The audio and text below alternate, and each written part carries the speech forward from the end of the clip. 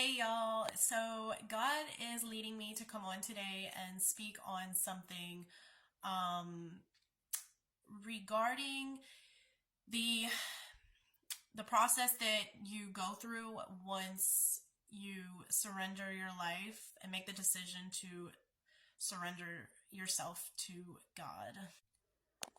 I think that because this isn't spoken about like a lot, there's a misconception that once you make that decision, everything is just smooth sailing and rainbows and butterflies.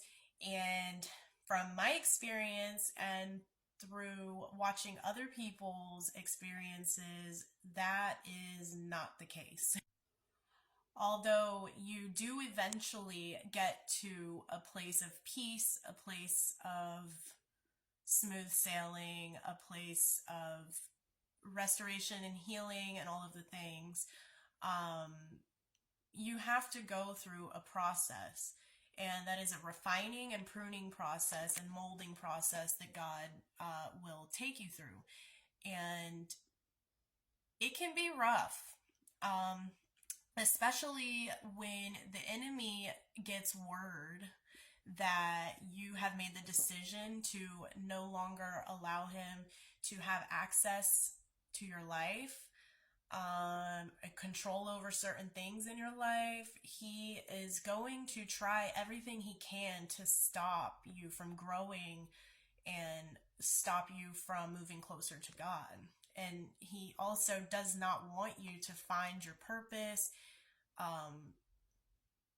He doesn't want you, he just doesn't want you moving forward in that direction. His main goal is all in all to keep you bound and to keep you stuck and to keep you in a dark place. He does not want you to find a place of peace. He does not want you to experience joy and happiness. He does not want you living in your purpose, because ultimately that nothing that you are going to start to do at that point is going to serve him in any way. The thing is, though, is that once you are under God's wing of protection, the enemy cannot do anything in your life that God does not allow him to do. And God will allow him to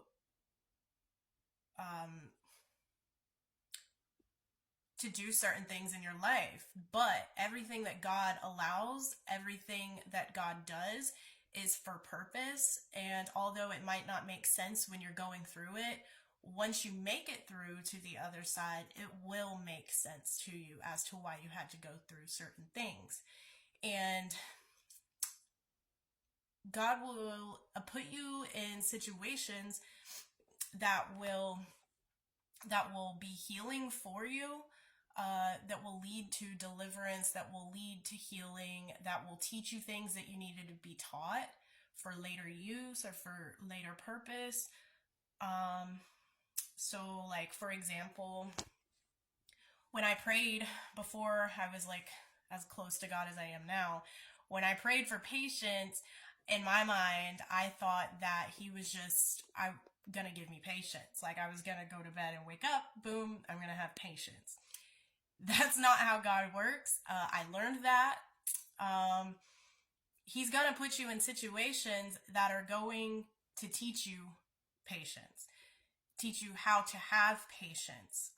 You're going to be stretched. He's gonna prune things off of you.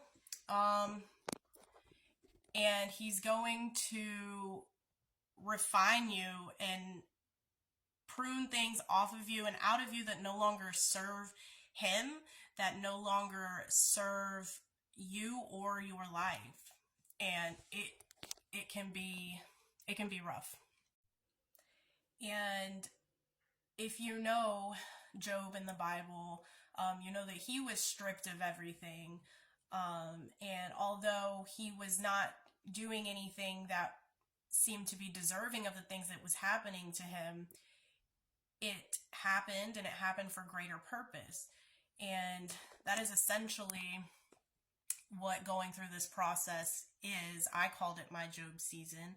There were days that were really, really, really bad for me, and I would just cry out. I didn't understand. I was like, God, I'm doing everything that I'm supposed to be doing.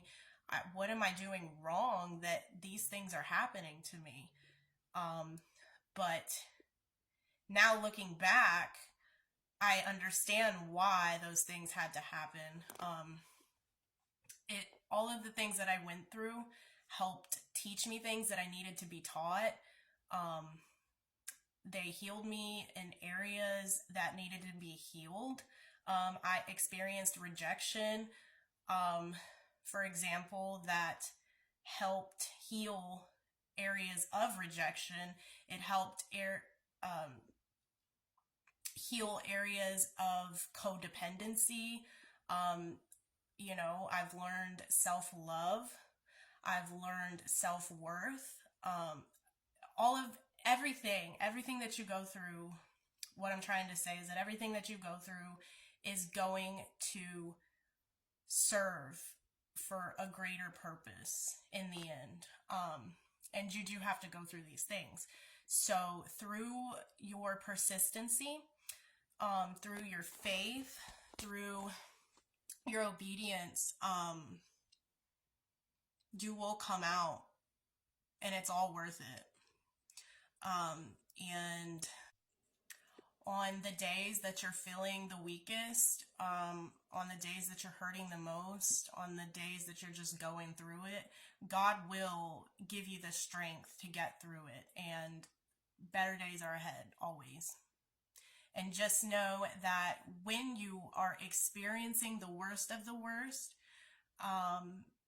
that just means that breakthrough is right around the corner, because that's when the enemy will, from experience and from hearing other people speak on it, that is when the enemy knows when breakthrough is near, and that is when he will try to attack you the most. So just know that the brighter days are ahead when you're experiencing your worst moments. You will experience isolation, where God will, maybe even like with me, pull you out of work and just isolate you, pull you away from everyone, where it's just you and God. And though at first it can feel lonely, again, it's for purpose. It is to grow your relationship with God. It's to get you alone in his presence, where you can hear from him better, and just grow your relationship with him. And that is where a lot of the healing will take place.